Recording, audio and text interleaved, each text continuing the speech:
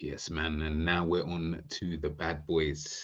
You guys already know the vibes already. We're here with our second to last top 10. I will explain what the next one will be after this video. But we're on to the strikers, man. We're on to the strikers. These are the bad boys. These are the ones that you're either putting your house on and winning, or you're putting your house on and losing. I promise you that right now. You can see obviously you got the big three there, the Mbappes, the Haalands, the Harry Kanes, But who else? Who else would be thrown into your top 10 list? I will tell you, strikers are outside of those three. The rest, I feel you can kind of just group them together. I feel like the levels are not that much different from number 10 to say number 4. I don't feel like it's like, oh my gosh, he's light years ahead. I do think it's relatively close. So, yeah, this one will just be more interesting to see what kind of players you guys put in there if you don't have the ones, of course, that I've got in there. But I'm pretty sure that majority of you watching this, I feel like we're going to have about 80% the same. 20% will probably be, again, really from numbers 4, 5 down, if I'm being honest with you. But listen, we'll wait and we shall see. All right, number 10, Girassi. I have been impressed in the last two. Now we're going into his third, could say 3 years, but we'll say last two properly because that's when I actually properly watched him. I've been thoroughly impressed. He made the Ballon d'Or list, if I'm not mistaken. Like Girassi is an excellent striker. Like he is really, really good. I promise you. Like I think the only reason why people don't look at him in the same way as you look at others is purely because of his age. He's probably one of the older ones on this list, if I'm being honest with you. One of them anyway. So people look at him and think, you know what? Can he do it again? Can he do it again? But Stuttgart done it there. Whilst he was at Stuttgart, he done his thing. He's moved to Dortmund first season, bagged, absolutely bagged. This season, he started again. So it doesn't even look like, oh yeah, he's gonna slow down. No, he looks like a player that could probably continue at this rate, give or take, for another 2 years at least. And I'm not even including this year. So let's say 3 if you include this year.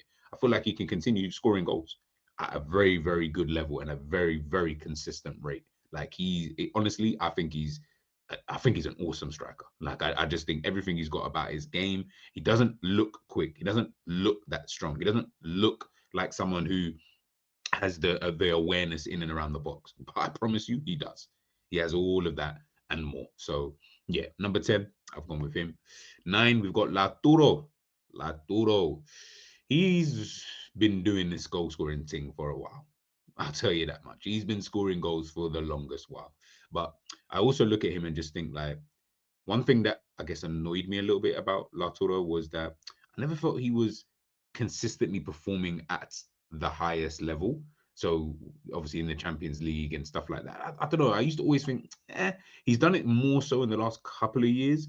But before that, I don't know. He like you could tell he was always a good striker. He can finish. His finishing ability is probably one of the best actually. Like if it was just based on finishing, he'd be placed higher. But if we're just talking like all round game and just as a striker in general, yeah, like there's something about him, man. I don't know. It might just be my bias towards him, but I've just always had this thing about Martinez where I'm like, you are a good striker, but I feel like you could be doing more. I don't know what more is. I really don't even know what I'm asking for at this stage. I'm asking for more goals. Maybe I could be asking for more goals. Maybe in terms of his all-round play, maybe that could potentially be it. But it's also in big games. I feel like at times I've watched him too many times in big games, and I'm just not really seeing him show up like that. If I'm being totally honest with you, again, that's not to say he's never done it. Don't want anyone to message me and be like, "Oh, but he scored." Yes, I'm pretty sure he has scored in big games, but it's just I don't feel like it's enough, and I don't feel like he's obviously been decisive. He's the captain of the team and all that kind of stuff. But yeah, in certain moments, like I think about even the win against Barcelona last season in the Champions League, I don't feel like he was decisive like that. You know what I mean? Like if anything, I thought like Marcus Thuram or do you know what I mean? Like it never felt like it was him. And I feel like it should be you. Like you should be the Don Dada, like kind of thing. But you are in terms of goal scoring, just yeah, I don't know. It's a weird one. It was weird placing him, but he had to be in the top 10. I couldn't have him without being in the top 10. I just couldn't really think where. But he's been doing this for so long. He deserves my respect. He deserves my respect. In 8th, we've got Julian Alvarez. Did I say that? Julian Alvarez. Listen, man, he's been brilliant since joining Atletico Madrid. He falls into the Mbappe mold. They're a forward as opposed to a striker. Like I don't really like he's playing as a striker through the middle, but I look at him like you're a forward player. You can play left, you can play right, you can play attacking midfield. You're now playing up front. Like I look at him more as that kind of player. That's not to say that he isn't. Maybe you know what I mean. Prior to moving to Manchester City, maybe he was just a normal striker, and Man City just kind of changed that. But yeah, that's kind of how I've seen him. But if we're just talking ability, yeah, Alvarez is serious. He's serious. He's definitely serious. Again, and I'm one of those players where you look at him and think he shouldn't be that strong, or he shouldn't be. He's quick, but he shouldn't be that quick, or he shouldn't be able to hold his. He can play up front by himself. Like when I see strikers play up front by themselves, and they don't necessarily have inside forwards like Mane, for me, Salah, and these kind of guys like on the wings who are just also doing their thing. Yeah, I give you biggest respect, man. And I think with Alvarez as well, I look at him and I just think your all-round ability, you know what I mean, in terms of what you're really good at finishing. But I don't even feel like that's even what he's really good at. I actually think he's better at just his movement. His movement is crazy. When to drop off, when to find the pockets of space, when to run in behind. Do you know what I mean? And then he's got the finishing ability to be able to finish off, those kind of chances. So, yeah, man, big up to Alvarez. Big up to Alvarez. Next up, Gyökeres. Had to put Gyökeres there. We can't just rubbish out these last 2 seasons. I'm sorry, but we just can't. These last 2 to 3 years, whatever, at Sporting Lisbon, I can't even rubbish that out.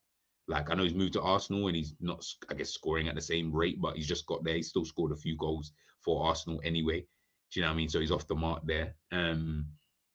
What he did, yeah, this is more based off of what he's done, to be fair, over the last couple of years as opposed to this year. So maybe his positioning might be lower come the end of this season, depending on how I feel he goes in the Premier League with Arsenal. But at the moment, I'm like, nah, he deserves to be. Yeah, I mean, in this top 10, he has to be. He has to be considered one of the best strikers in world football. Like, why wouldn't he? You score that amount of goals, you need to have some respect put on your name. And I feel like it has, to be fair, with Gyökeres. So yeah, I've got him in there. Next up, we've got Alexander Isak. Not really started too well at Liverpool. Obviously, he's been in and out of the team. He's been injured. And again, I'm recording this video before Liverpool played Chelsea, by the way. So yeah, for all I know, he scores a hat trick in that game. But just in general, even if he does, it still hasn't started that great. Obviously, everything that happened in the summer. So yeah, so far this season, it's kind of like I don't have a rating for him. So really, it's kind of just based off of what we've seen over the last couple of years, and he's been one of the best strikers in the Premier League, easily one of the best strikers in the Premier League since joining there. Do you know what I mean? Just behind Erling Haaland, really, I can't really think of anyone else who's been better than him. Do you know what I mean? Other than obviously Haaland in the Premier League since he's been there. His all-round game, being able to drift out to the left, drift out to the right, hold up play. He's got that finishing ability from Isak is woo. Yeah, ridiculous. Absolutely ridiculous. Next up, Victor Osimhen. I like him. I like him because he's very traditional. He's such a traditional striker. Like he feels like obviously he plays in like the same mold as like a Didier Drogba. And I feel like even the way they finish it's like so similar. It's like you feel like someone with the when you look at them, obviously he's a bit more, he's got longer limbs, would I say, than like a Didier Drogba, obviously. But when I look at them, the way that they play, I'm like, you shouldn't be able to finish the way that you finish some of your chances. Like you just shouldn't. Like your technique don't look right. Do you know what I mean? But promise you that technique is popping, absolutely popping. Strong hold up play, can get in behind, relatively quick, all different types of finishing, headers in the box. He's probably behind maybe Kane in headering. Lewandowski maybe, like, but it's very close. It's very, very close. Like his heading ability is brilliant. And yeah, I just think he's on all round just a really, really good player. I think he's just a really, really good player. Next up, man, Lewandowski. Listen, put some respect on Lewandowski's name. Put some respect on Lewandowski's name. He is a top 5 striker regardless. I don't care where you want to put him, but he is a top 5 striker as of today. And the guy's like 30, whatever he is, 38, 37. I don't even know at this stage. But he's old. You know what I mean? He's the oldest player on this list, I'll tell you that much. Do you get it? And he's still, after all these years, from when he started scoring goals for Dortmund till today, He's gone from Dortmund to Bayern Munich, now Bayern Munich to Barcelona. He's been scoring. His goal scoring rate is ridiculous. It is ridiculous, man. Lewandowski, yo, you're everything about you, man. You're one of the best strikers of your generation. Do you know what I'm saying? And I reckon if Barca can just win the Champions League, hopefully like this season, then I feel like he just bows out. Like I feel like he'll just bow out gracefully. I hope. Obviously, he could. I mean, he still looks like he can still play though. That's the thing with him. Do you know what I mean? Players like him, Ronaldo's, and them guys, they keep themselves in good nick because he feels. I feel like he's a player who can still kind of play. Maybe not at a Barcelona, maybe next season, but I mean, off the bench. If they were to, let's say they signed a better striker. Let's say they signed Julian Alvarez, right? And then they had him on the bench. I mean, would you say no? And anyone watching this, would you say no if someone told you you could sign Lewandowski today? Are you saying no, really? I don't know about that, you know. If you're a team that can feed the striker pretty well, I feel like he will eat in any team in the world, man, because his finishing ability, his IQ at finishing is dumb. It's so dumb. So dumb. Now we're getting to the top three. Top three. So I put Mbappe third, right? No, so I mentioned Julian Alvarez before about then I don't look at them as strikers like you're an out and out number nine. You're more of a forward player. Obviously, predominantly he was obviously out there on that left wing when he was at PSG.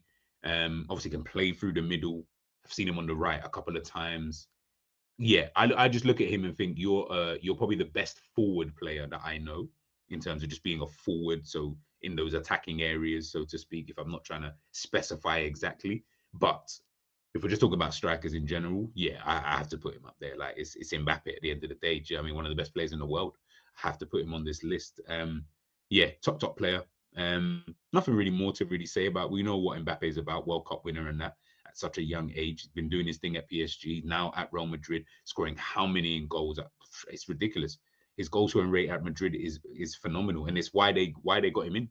It's why they signed him. Why they needed to get an Mbappe in because they needed that type of goal scorer. Madrid can't be without a goal scorer like that. Do you get what I'm saying? Like it just they had the Hosselu for one season, and obviously it worked. It done their thing, but Bellingham was the guy getting the goals. Do you get what I'm saying? And you still had Vinicius. Like they need one person who's just gonna be like the main Don Dada at getting these guys goals, and it's Mbappe, man. It's Mbappe.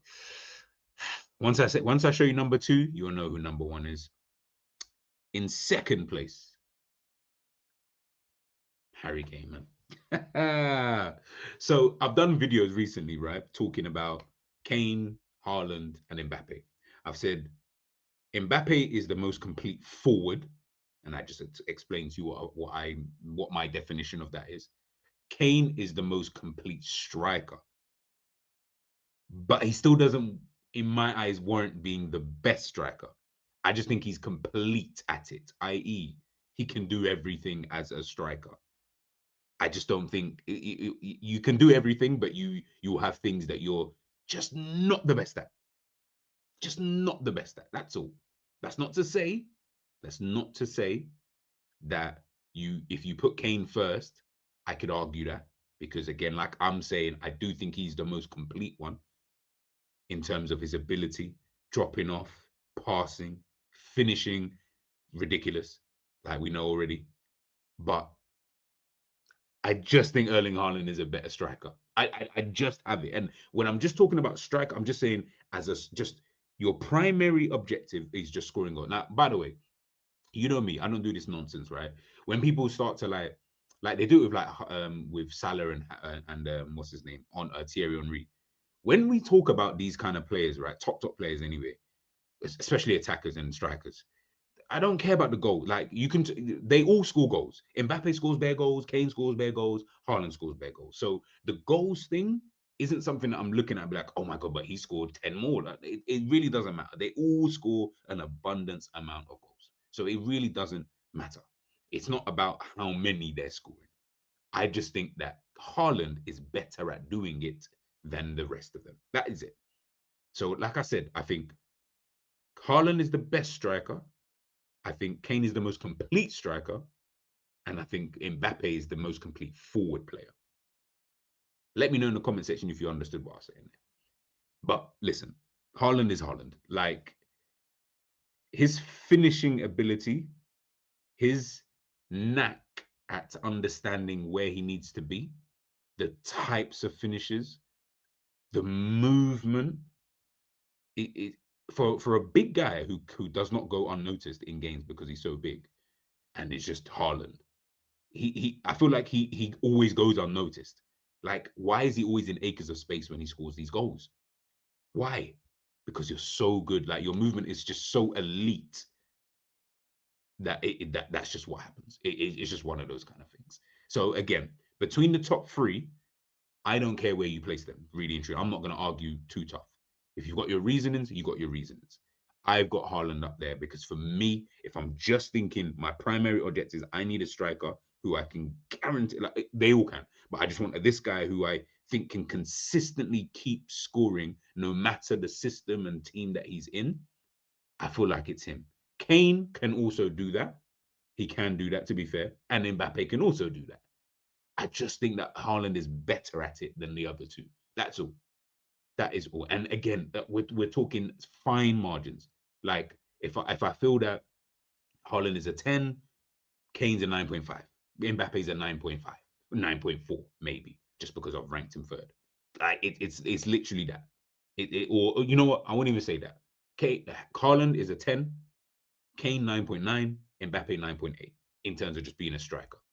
That's how I look at them. It has to be, because I can't think of any other way to explain it. Because I know people are gonna be, oh, why don't you? Like, you could have any of them, but for me personally, when I just think striker, I just think Haaland. I immediately think Haaland. First season he came to the Prem, you broke the fucking Premier League record. Get out of here. Get out of here. He scored too many goals. So has Kane, to be fair. So has Mbappe.